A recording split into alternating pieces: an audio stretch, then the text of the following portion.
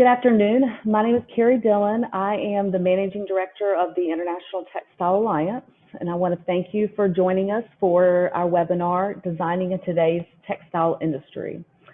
Our presenter today is Wesley Mancini. Wes is the owner and president of textile design firm Wesley Mancini Limited. He has been designing textiles for the home furnishings industry for over 40 years and produced lines for many ITA member companies, including Valdez Weavers, Suavel, Belladura, Cravat, and Classical Elements. Wesley also has a passion for educating the next generation of textile designers, and he fulfills this through his position on the advisory board of numerous textile schools, such as Savannah College of Art and Design, North Carolina State University, and Jefferson. He also served as the chair of the ITA Educational Foundation for many years and currently serves on the Educational Foundation Committee. Wesley is the recipient of a number of awards, including the National Endowment of the Arts Grant for Fabric Design, the DuPont Creative Leadership Award. He has been named twice in Metropolitan Home Magazine's Design 100, was the recipient of the 2021 Arts and Science Council Honors Award for Lifetime Achievement in the Field of Design, and the inaugural recipient of the International Textile Alliance Lifetime Achievement Award. So I think it's safe to say that Wes has a bit of experience with his topic today. If you have any questions during the presentation, please feel free to put them in the Q&A at the bottom of the screen. We'll address those at the end. With that, I am going to turn it over to Wes. Well, thank you for that introduction. You're welcome. Let's go.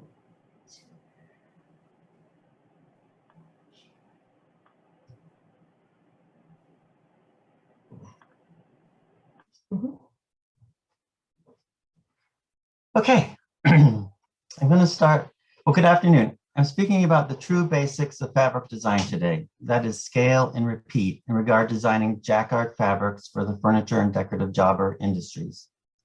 This talk was geared towards students and for those who desire a little more insight behind creating jacquard fabrics repeats. All scale is dictated by the jacquard head on the top of the loom and the end count of the warp. I'm working off the assumption that everyone knows that a jacquard head means each warp thread is independently controlled to create a design across the repeat versus the harness limitations of a dobby loom.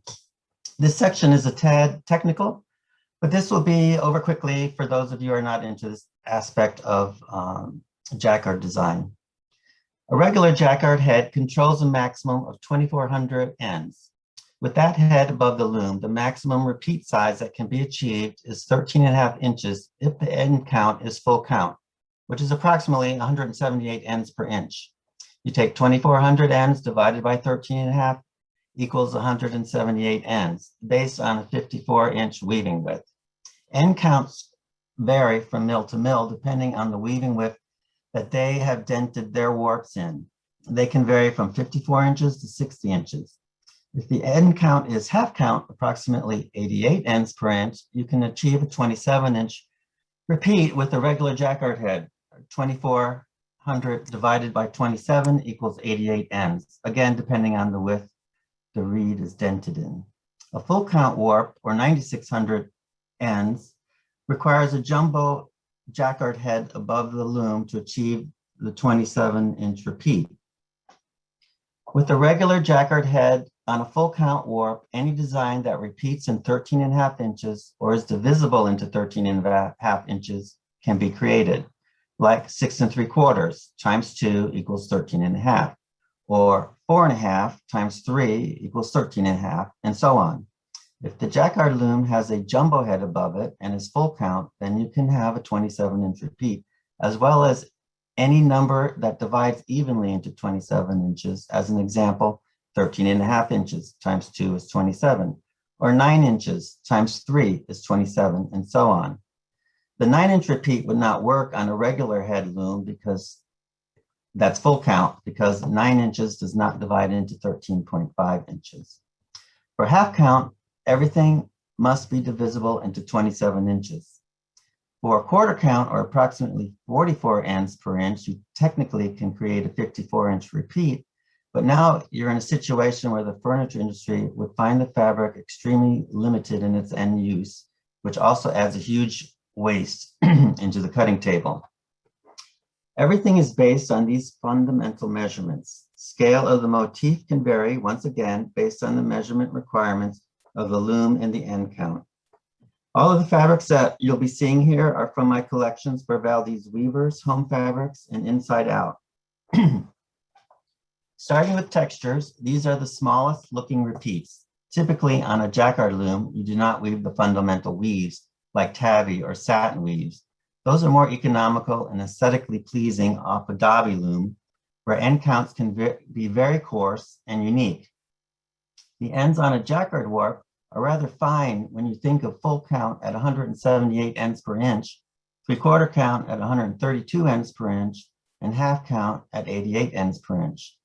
If textures are made on these counts, they typically have many ends working together as if they are one. Jacquard textures are more complex than dobbies, but yet they can look just as homogeneous.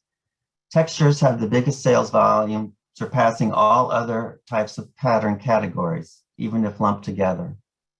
This is the weave for this texture. It's on a 1/4 count or 44 end per inch warp. Therefore has a coarser, thicker end in the warp, which is the closest we can get to a dobby look. This weave repeat is very small. Another type of texture, which looks like a regular chevron weave, but as you look closer, isn't regular at all. The weave or point paper is more intricate. The chevrons are irregular, adding to a visual complexity of the fabric. If produced on a dobby loom, there would be fewer chevrons in the repeat and not 24 used in this example. This texture on a half count warp emulates a hand-woven basket weave where both ends and filling yarns are randomly clumped together. The overall visual is a solid texture where the repeat doesn't matter for cutting, yet the weave itself is larger technically. Here's the weave for the fabric. The diagram on the right is an up close. One horizontal row represents a pick, one vertical row represents an end. The diagram on the left is the full weave. You can see where many ends are clumped together to act as one. This texture requires art to make something that looks like a random texture. Having the color pop up randomly doesn't just happen, it has to be planned and created. The left image is a close-up of the art, while the right image is a close-up of the actual weave. The point being that while textures may look like they have a tiny repeat, technically, many have large pieces of art required to create them. Moving up in scale is the mini scale, which are very tiny motifs. This one is about 1 inch. These are the beginning of seeing actual patterns in cloth. Another mini scale, these can be used as body cloths. Moving up in dimension, commonly referred to as chair scale, refers to any design that is fist-sized. This scale or below is excellent sizes for both furniture manufacturers and decorative jobbers. Manufacturers, because they're good go-with fabrics to work with textures or feature patterns in creating a room setting, and jobbers because they are easy to see in fabric book. When jobbers make fabric books, the goal is to see the repeat and color of the design in a small swatch of the fabric. Excuse me. Their fabric books are made of stacks of fabrics, perhaps in a similar color palette, but different designs. So seeing everything in a small swatch is important. You don't want to order fabric based on a swatch and be surprised when the yardage arrives that there's green and red in it when the swatch in the book was all blue. Another fifth scale design. Here, each motif at first glance looks alike. They're actually each unique. However, it still qualifies as chair scale design. Moving up the scale, the most common feature pattern size is 13.5 inches. This scale can be used on a chair or pillows, but in today's market, it's typically not used on a sofa. Another example of a 13.5 inch repeat. This is a large scale repeat. at 27 inches, needing a jumbo jacquard head because it's full count warp. The scale is great for ottomans, large pillows, backs of chairs, or anywhere drama is needed. While I'm giving some very general statements on style, there's always exceptions to the rule. Like a customer or interior designer might put a large scale pattern on a sofa and it can look fabulous. But as a rule of thumb, however, this is not the current trend in the furniture industry today. This is another large scale 27-inch repeat requiring a jumbo jacquard head. The principles of repeat type work no matter what scale of the motif size is, as long as it works into the end count and head limitations on the loom. My examples may be in 13.5-inch repeat, but they can work for smaller motifs as well. We're starting with the most common type of all repeats, and we're moving up to the most obscure type at the end. This is a side-by-side, straight, or stacked repeat. Here, the motif is placed exactly to the side of itself and on top of itself, here and here. The example is 13.5-inch square, showing 4 repeats across the width of the goods. So that's 54 inches. This, however, is the incorrect way to repeat this type of design for minimum cutting for furniture manufacturers. The proper way to lay out a repeat of this kind is to cut half of the motif on both the right and left sides of the selvage. Excuse me. Since designing upholstery fabrics is very important to consider the fabric waste for the manufacturer,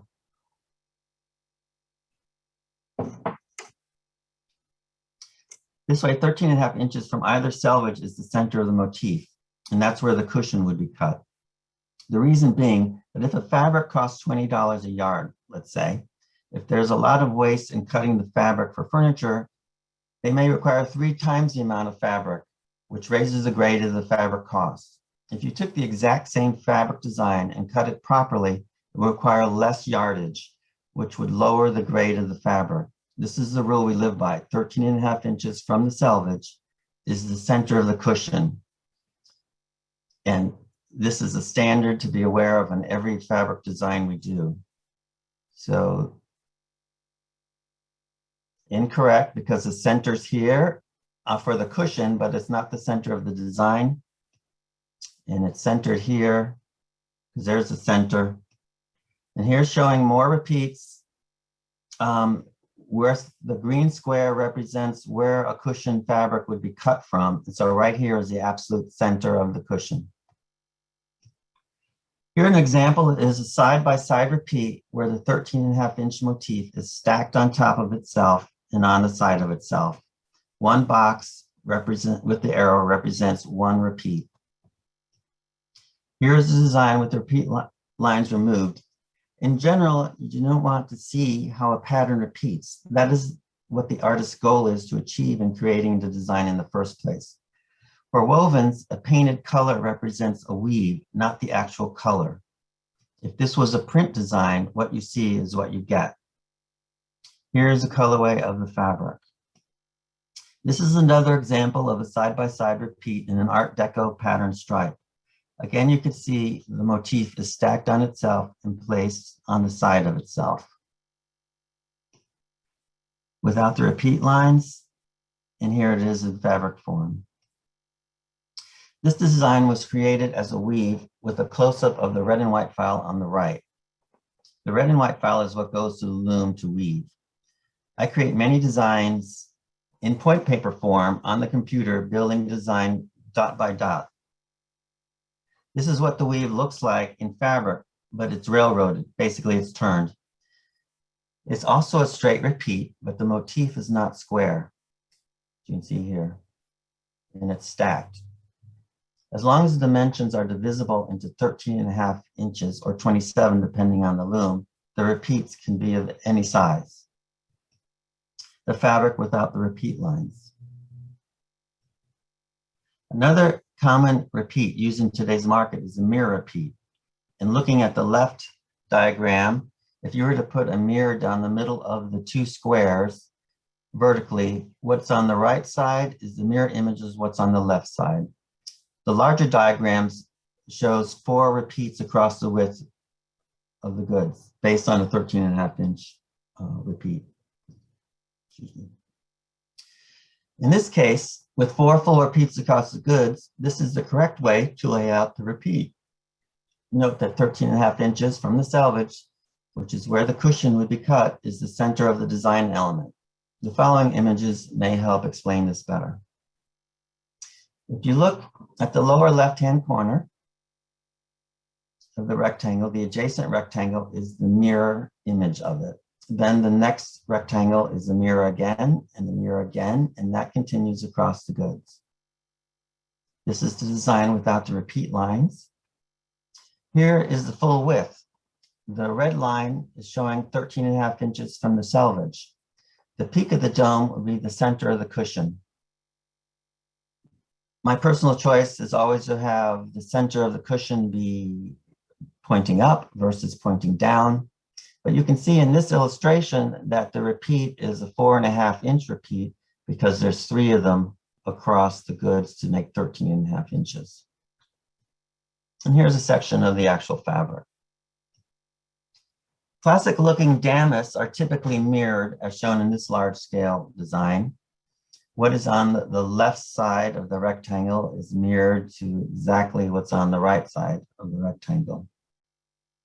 The motif without repeat lines. And here's the fabric. This type of fabric is excellent for bedding, draperies, or furniture customers who are higher end, since waste isn't much of a concern due to the pattern's large scale and waste factor.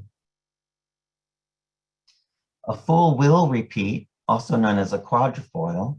Here you take one motif and you mirror it up, and then you mirror it to the right, and then you mirror it to the bottom.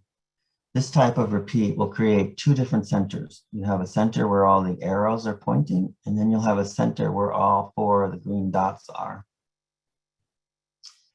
Here's an example of a quadrifoil in art. This is a stylized zebra skin. Here, the lower left gets mirrored up to the upper left, to the mirror to the right, mirror to the lower right. Without the repeat marks and repeated 4 times, you can now see there are 2 centers of the design. We've chosen the larger, lighter center as the center of the fabric. That's 13.5 inches from the selvage. So that's where we're recommending the cushion be cut. This represents 54 inches across. And here's a visual of the actual fabric. The majority of Navajo rug designs are this type of repeat. You can follow the principle with each square, mirroring up, mirroring over, mirroring down. And here's the design without the repeat marks. And here's the finished fabric in an inside-out quality. The next type of repeat we use are half drops. I personally do a lot of these. Half drops can be dropped from the top and the bottom or from the side to side. The diagram on the left is showing the top to bottom half drop where the motif is slid over in the middle. You can tell by the green dots that in the middle is exactly in the center. And the image on the right is a side half drop where this motif is stacked, and then on the side, the motif gets half dropped. Again, look at the green dots exactly halfway in the middle. Here's an example of a half drop on the side. In this contemporary motif, the linear aspect of the design gets confusing, but there's a simplicity in the repeat itself as shown in the red grid. So here's the motif stacked on itself, then it's half dropped onto the side. The design without the repeat lines, and the completed fabric. Here's a large-scale nomadic Moroccan-inspired motif that is half dropped on the side. So here's the whole design, and the half drop is here. So the lower, and the top, Without the repeat lines, as fabric. This is an example of the half drop from the upper part of the half drop.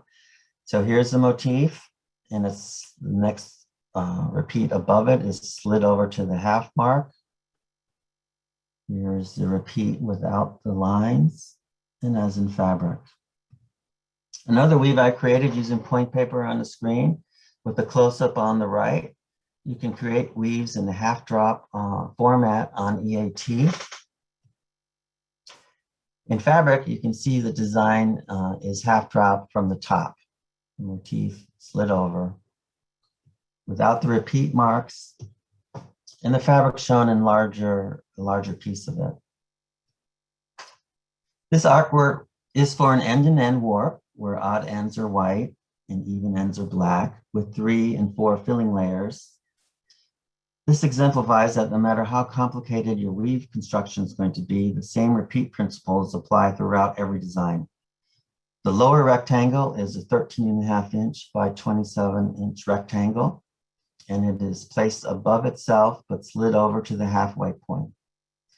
Here you can see at 13.5 inches in the center is where the selvage would also be. So that is what was determined as the center of a cushion. And this is the art without the repeat line. And this is the fabric in a pale blue, gray, off-white, and black colorway. Remember that colors in a woven sketch represent weaves and not actual yarn colors in the end product, like it would if it was a print. The next type of repeat is a mirror half drop. Here we're combining both previously discussed mirrored repeats as well as half drop repeats. In the left diagram, the upper left motif is mirrored to the upper right motif.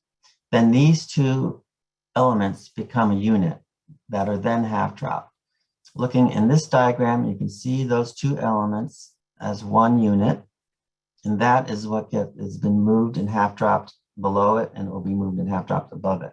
Again, look at where the little green dots are. They're halfway in the middle of the unit above. Classical damask are typical for this type of design repeat. In reality, when painting a piece of art like this, you only need to paint one square of the design because this is what gets mirrored and then half dropped. Although it takes a lot of drawing to get to this point before the sketch is actually painted. But this square moves up to this, and this square moves up to this. Here's a design without the repeat lines. And the woven fabric, once again, in 54 inches, 13.5 inches from the selvage is the center of a motif, as it should be. Another example of a mirrored half-drop design. This motif is here, and it's mirrored and half-dropped here, without the repeat lines, and full width across the goods, and 13.5 inches again would be right here. A flip repeat. This is a rare repeat for today's market. Here there's one row of the motif going in one direction, and the row above it is the motif is flipped and going in the other direction. This type of repeat was most popular in the early 1900s, made popular by Mariano Fortuny from Venice, Italy, who used this type of repeat for many of his women's fashion designs. Here's an example, example of the art showing the repeat, that this row is going in one direction and the row above it is flipped and going in the opposite direction. The art without repeats, and example of the fabric. Now this is the rarest of all repeats for today's market, a half drop and flip repeat. Last popular in the late 1600s, early 1700s, where it was used predominantly for fabrics that are known as bazaar fabrics. The imagery in these textiles were all very stylized and abstract. Here the motif is flipped and also half dropped. It can be half dropped again to the side. Here stacked, flipped, and half dropped to the side, or on top of it, where one row is going in one direction, the other's going the other, but it's moved over and half dropped. This image is an actual document from the late 1600s. The motif is half dropped on the top and flipped. In this particular fabric, however, it's not half dropped, it's only quarter dropped, which you can do that as well. It's just not a common thing at all in today's world, never mind in older worlds. But it makes this particular repeat even more unusual. And here's the image without the repeat lines. For this somewhat simple looking design from my collection, the motif is flipped and half dropped to the side. You can see from the directions of the red grid with the arrows, how it goes up, then it's flipped down and half dropped. Without the repeat lines, and as fabric, no one would ever think, looking at this fabric, that it's a rare and unusual repeat for a 21st century fabric, but in reality, it really is.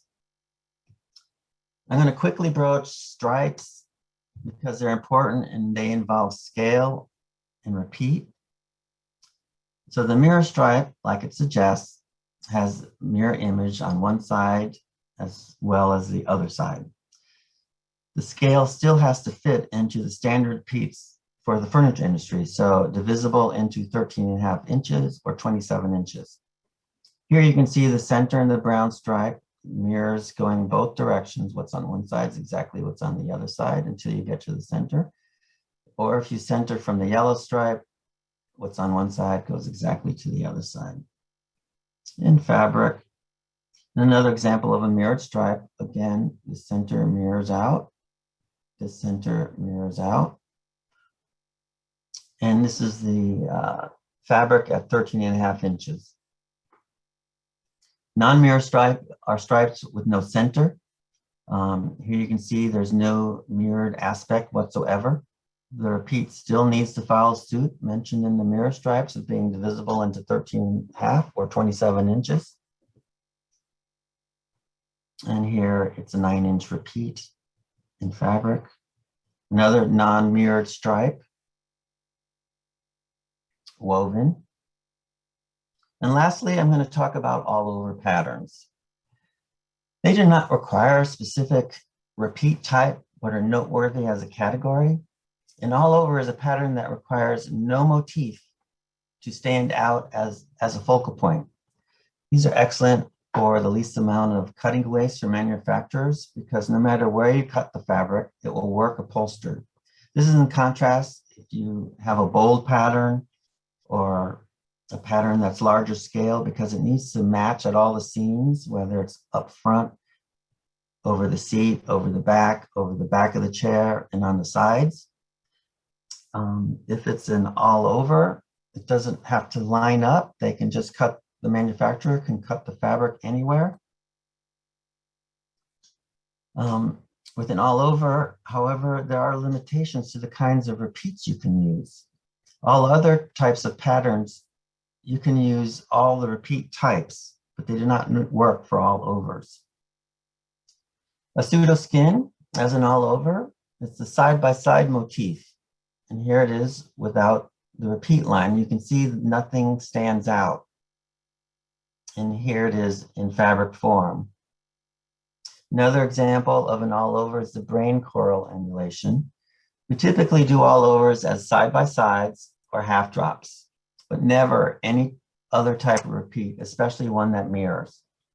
That would create a line. If you were to mirror this, you'd have a line down the center, which is counterproductive to the look that we're going for. All other kinds of designs like florals or damask or contemporaries can be used with any repeat type we discussed. It's just the all over that is limited in the kind of repeat that it can be created in. Without the repeat lines, and that's finished fabric. That's the end of scale and repeat for today's market. So now handing this back over to Carrie. Okay, thank you, Wesley. That was fantastic. And again, if anyone has any questions, feel free to put them in the Q&A section. Let's see. Okay, so we do have a question here. One of our guests would like to know, what repeat do you use most often? We tend to do half drops quite a bit in our jacquard patterns, mainly because trying to get rid of lines in a pattern, that's kind of not necessarily an easy fix, but it is something that helps eliminate those. Okay. They're just coming in quickly now. Let's start with, what motifs are trending currently? That's a pretty broad question. Okay. Well, I'm still really big on nomadic, authentically culturally derived or inspired by multinational ethnicities of textiles. Something that's non-classic European. Okay. Let's see. I have a couple of questions about the 5-star repeat, such as where does it fit in, and if you could just explain it. That's basically a half drop. I don't tend to use that term in wovens, but it's used more for prints that I'm aware of. But basically, it's the same thing as a half drop, where you have, the center, and then one in the middle. That is what they call a 5-star, because there's 5 things, but technically it's only 2 things. Half one, half dropped. So what scale, and maybe this might be particular to your line, but what scale sells best? And I'm not familiar with this term, but what are thoughts on ditties? Ditsies. Ditsies? Ditsies. Okay. Well, those are 2 different things. I think as far as volume goes, smaller scale fabrics tend to have more volume because they get used in more places, like chairs. They can also be used on a sofa if someone was so inclined. Larger scale patterns can be used on sofas, but a lot of the times that's taking someone's vision to live with something that's a little out of the box. And it's a hard sell to make, but we create quite a bit of large scale designs. But generally it's the smaller scale that sells the volume. Ditsies are what I call mini scale. The ditsies is an older term, but that's also something that could be used as a chair, as well as pillows. It's good for go-withs with furniture, setting up a room setting. Okay. Are there textiles or textile products that, hold on, let me screen. Something else popped in front of my screen. Let me see the rest of that question. Okay, textiles or textile products you want to design that you have not yet had the chance to. Can you say that again? So are there textiles or textile products you want to design, but you haven't yet had the chance to do? I haven't done table linens, which I would love to do. Okay. But that's a good question. Let's see, back to the Ditsy, right? Is that correct? Okay, Ditsy. How do you spell that? D-I-T, well, S-I, it could be Z, D-I-T-Z, Okay. I-E-S. Okay. And actually, I'm sorry, that was the question before that. Do people prefer patterns with dark grounds or lighter grounds in your experience? In today's market, it's definitely lighter grounds. I mean, it's such a light, off-white world.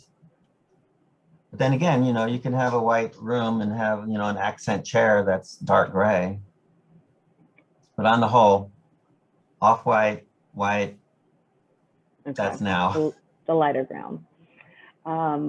What is your favorite pattern you've ever designed? So 2 questions. What is the favorite pattern you've ever designed? And then also your best-selling pattern. Okay, this is an odd one. The best-selling pattern I have done, I would say it was cherubs, all over cherubs, which is a novelty and it's pretty bizarre.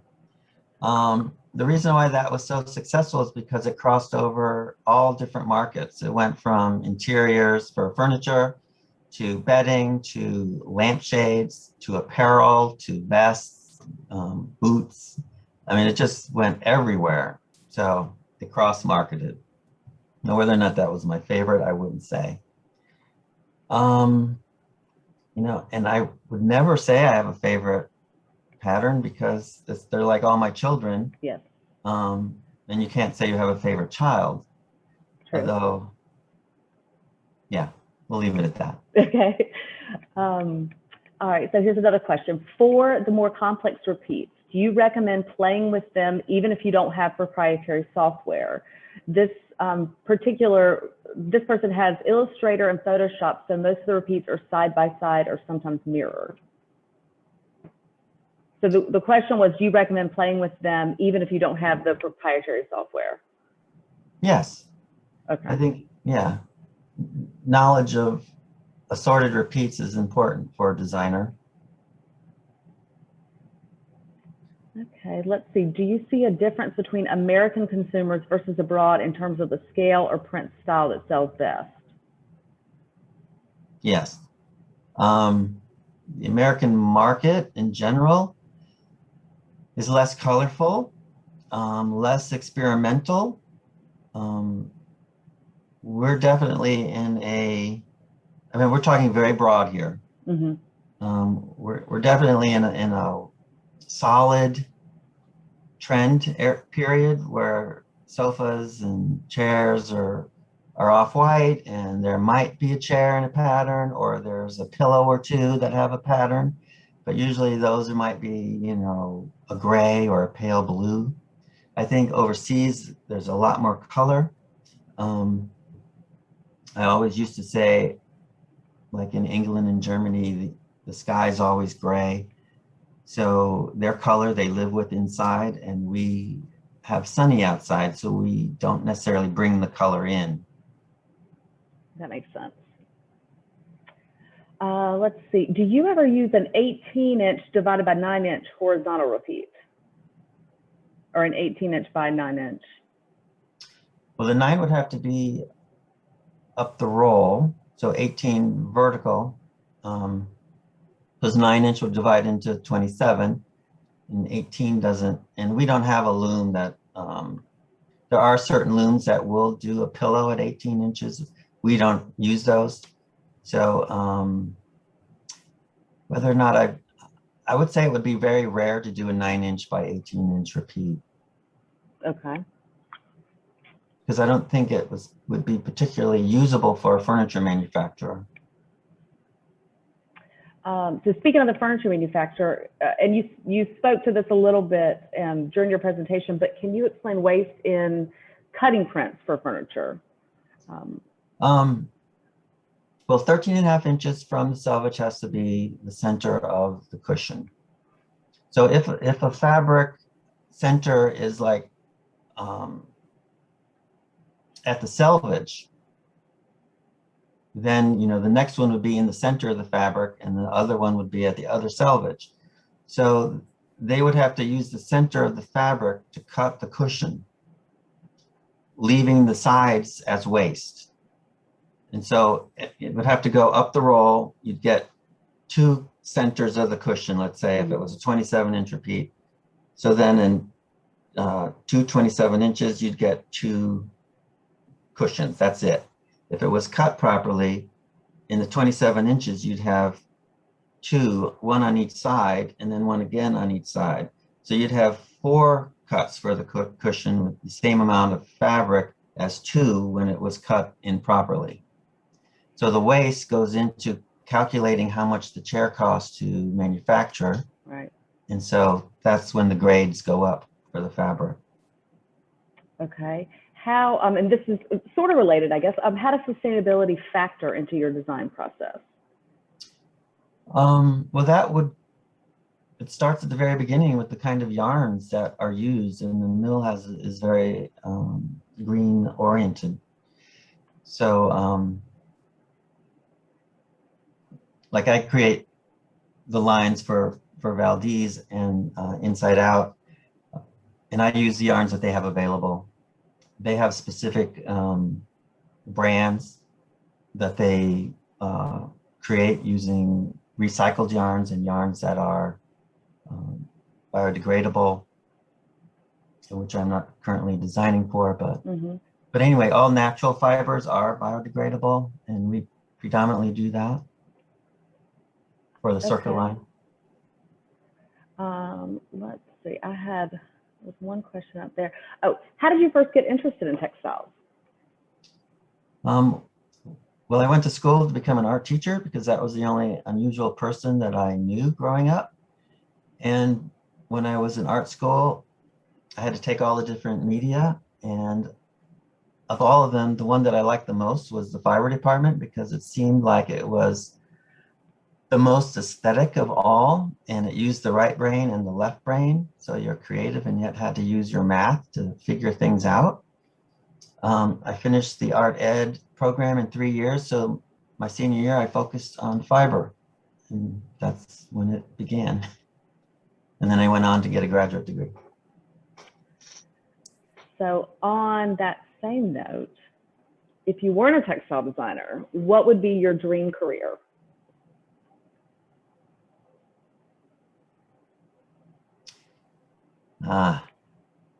Well, I'd have to say probably an interior designer.